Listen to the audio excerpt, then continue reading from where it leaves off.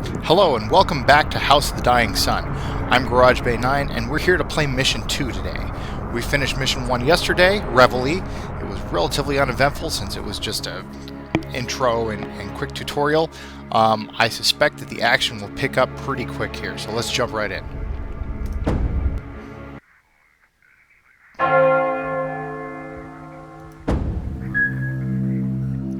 So we're here at the mission select screen, and I noticed that the missions actually have some quick details that give some background here.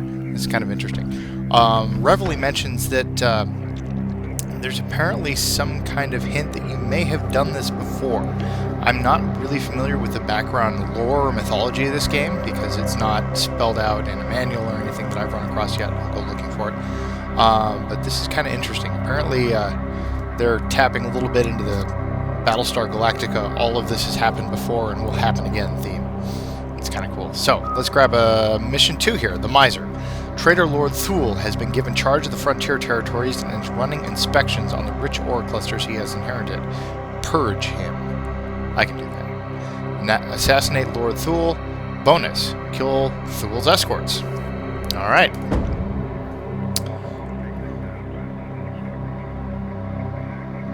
See, there's 3 levels of difficulty between Invader, Warlord, and Harbinger. So, the slaughter is quick. Burning fleets dot the night skies of the heretic homeworlds. There's no honor here. Your foes are bloodthirsty, intelligent, and savage. They have had years to prepare.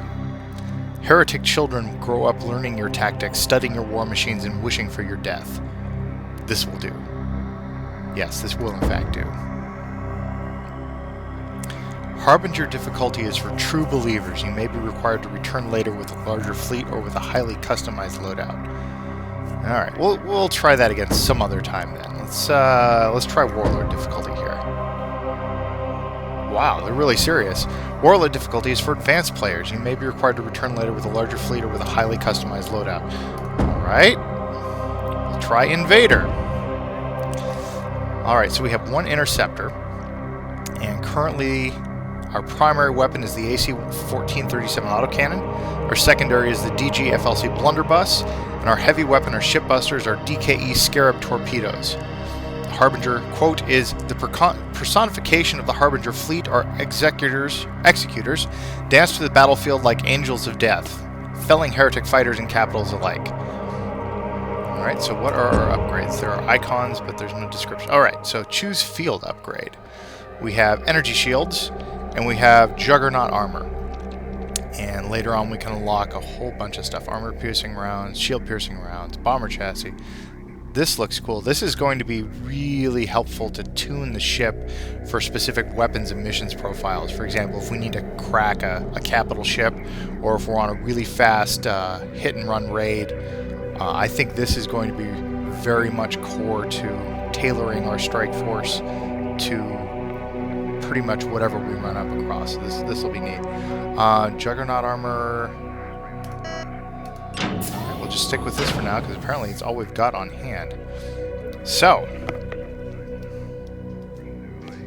off we go. Murder at Soldier's Pass. Assassinate Lord Thul.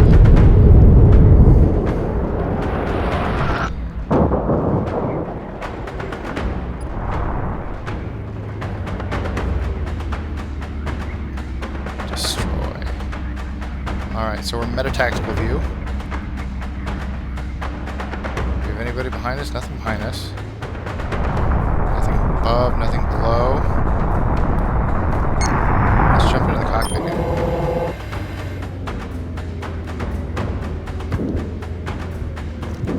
Give us some throttle. Let's get into the fight.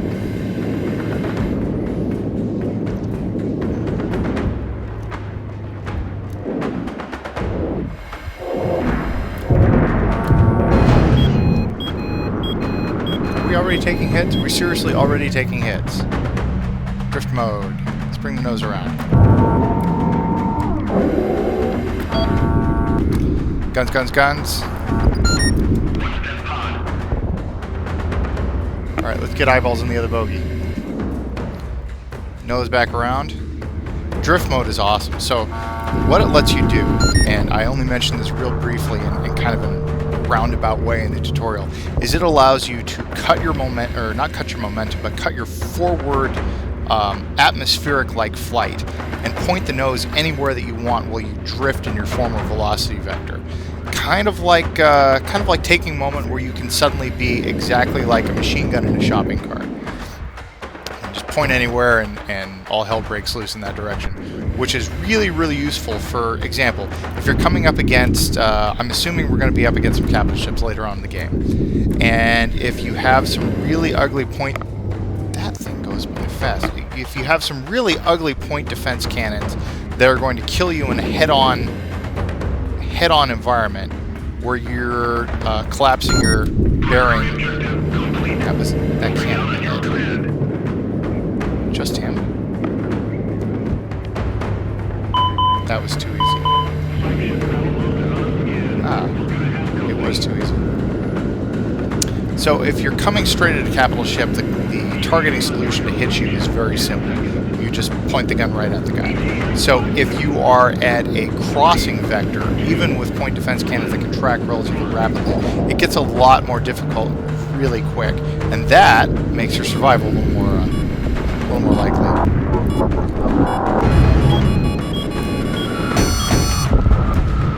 Oh, that's ugly. Alright. Exactly kind of what I was talking about right there. Point the nose right at the ship, and you're going to die. Point it off axis and slide past him, and all of a sudden your survival gets slightly more likely. So, let's try this again. Let's jump right back into the cockpit here. Hit the burners.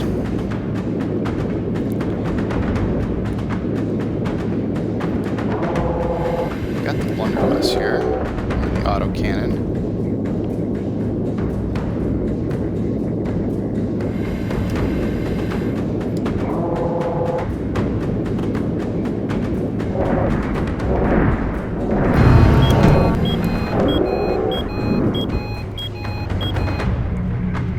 Eyes on the bogey. He got some good hits in that first round. Alright, let's drop this guy here.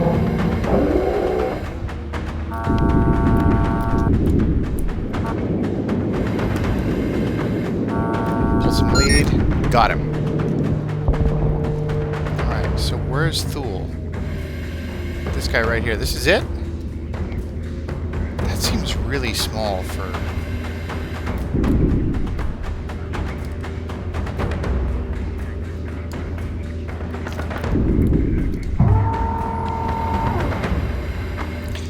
I'm not sure if this is a decoy or a beacon or what, but this seems awfully small for the... It's just that tiny little rock. Seems awfully small for the prime target of the entire mission. But it's easy to kill. It doesn't move. It doesn't shoot back.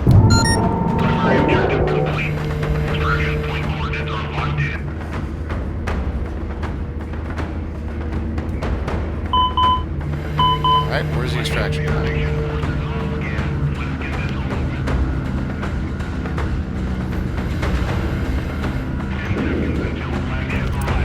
There's our objective. Out we go. I'm not going to try and tangle with that capital ship this time. I don't think we have the guns for it yet. Yep, we are outgunned, and we are out of here. Objective complete. Escape to rendezvous. We are gone, gone, gone. That was a quick hit-and-run mission. I'm a little confused at how small the primary target was. It seems to just be like a beacon or something floating in space. There may be something in the lore to explain why something so important is so small, but I'll have to go look that up. It wasn't explained on screen that I saw anywhere. So, victory, the Miser. Sortie duration, 2 minutes 21 seconds. We got Thul. We got Thul's escorts. We took a couple hits. We took a little damage to our shields. My accuracy needs some work. We did a lot of damage to their hull. Got 2 fighters and 1 promoted veteran. So, and we're back in the mission select screen. I will be back shortly with mission 3. I will catch you folks then.